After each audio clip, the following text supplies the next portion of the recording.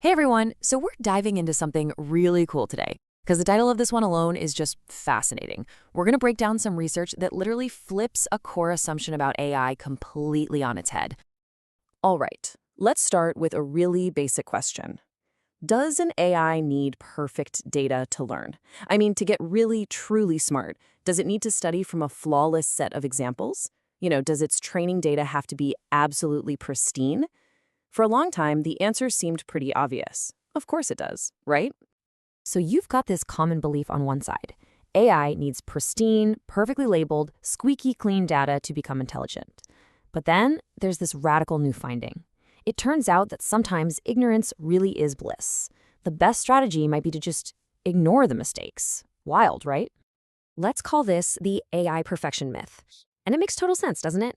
I mean, if you're building anything complex, like a car or a house, you want perfect parts.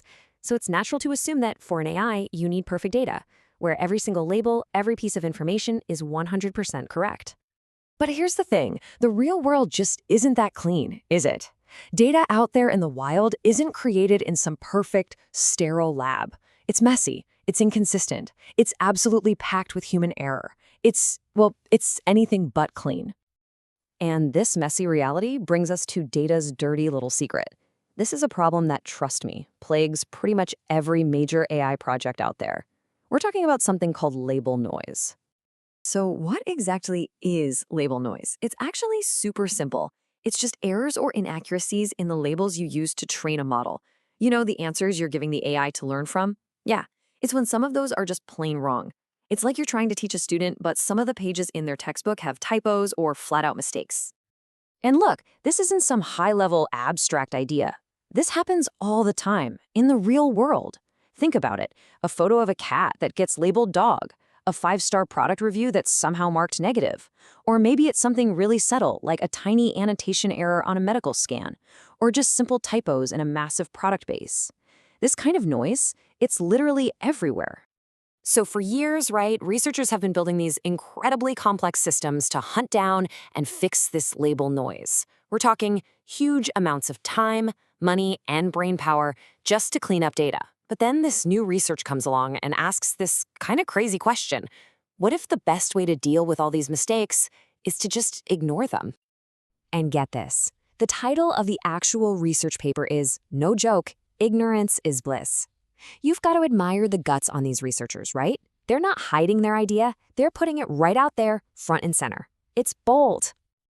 Okay, so the method they came up with is called noise-ignorant ERM. Now, ERM is just the standard way we train AI models. You teach it by having it minimize errors on its training data. The genius part is the noise-ignorant bit. The principle is just shockingly simple. You just train the model while completely ignoring the fact that there might be label noise. You just power through it. And this is where you're probably thinking, wait, what? How could that possibly work, right? How can an AI learn the right thing when you're knowingly feeding it some wrong answers? Well, believe it or not, there's actually some really clever science that explains why this simple idea is so powerful. See, this wasn't just some lucky guess or a random hack. The researchers actually created a whole new theoretical framework to prove why this works. They really wanted to get to the bottom of it. And at the core of their idea is this new concept they call relative signal strength, or RSS. Now think of it like this. In a huge, messy pile of data, the true information is the signal. It's like a consistent whisper of truth. All those wrong labels, that's the noise, just a bunch of random, inconsistent chatter. RSS is basically a new way to measure if that whisper of truth is still stronger than all that random noise. And here's the kicker. What their theory shows is that as long as that signal, the truth, is stronger than the noise, the model can actually learn the right thing anyway. It's smart enough to pick up on the consistent signal and tune out the random, contradictory noise. The mistakes kind of just cancel each other out, and the truth comes out on top.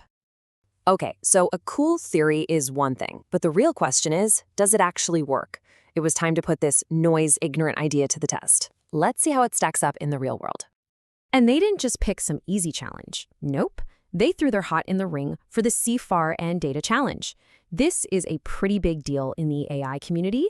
It's a competition that uses a data set that is famous for being full of noisy, incorrect labels. Basically, the perfect place for a showdown. And the results? They were absolutely staggering. I mean, look at this. You've got all these other super complex methods designed to carefully clean up the noise, and then you have this dead simple noise-ignorant method. And not only did it perform better, it just blew the competition out of the water. It wasn't just a win. This was a whole new, state-of-the-art, this ridiculously simple idea, just ignoring the noise, set a brand new performance record. It became the new benchmark to beat. Incredible. So why does this matter so much? I mean, it's just one competition, right? Well, the implications here, this whole less can be more idea, are actually a really big deal for the entire world of AI. Let's think about what this really unlocks. First off, it saves a ton of time and money. Seriously, companies spend fortunes on people manually cleaning data. This says maybe you don't have to. Second, it lets us use all this massive, messy, real-world data that we used to think was too dirty to be useful. And third, it just completely challenges the old way of thinking about how to build these systems. It tells us to stop overcomplicating things. So I think the crucial point here is this. In a field that is just obsessed with making things more and more complex, this is such a powerful reminder. Sometimes the most elegant solution, the most powerful one, is also the simplest one. And that really just leaves us with one final thought, doesn't it? If ignoring the noise, if taking the simple path worked so brilliantly here, what other super complex problems out there, in tech, in science, heck, even in our own lives, could be solved by looking for a simpler way? Something to think about.